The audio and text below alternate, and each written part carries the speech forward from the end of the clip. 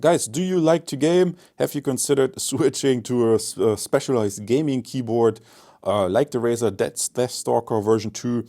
This keyboard I've really looked and compared. Guys, I tried more budget-friendly alternatives for 50 bucks, but I really didn't like these more affordable ones. I tried one from a different brand. This here, however, that is a lot nicer. Razer has really awesome software where you can do a lot of changes and customize stuff.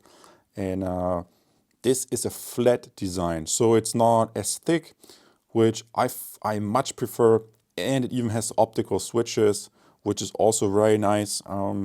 Guys, there's a wireless version, but I really got this for myself. I treated myself with this really nice gaming keyboard, and the RGB effects are really awesome. They adapt to when you play games. I tried Cyberpunk with this. So hit that subscribe. I'll show you this keyboard on my channel.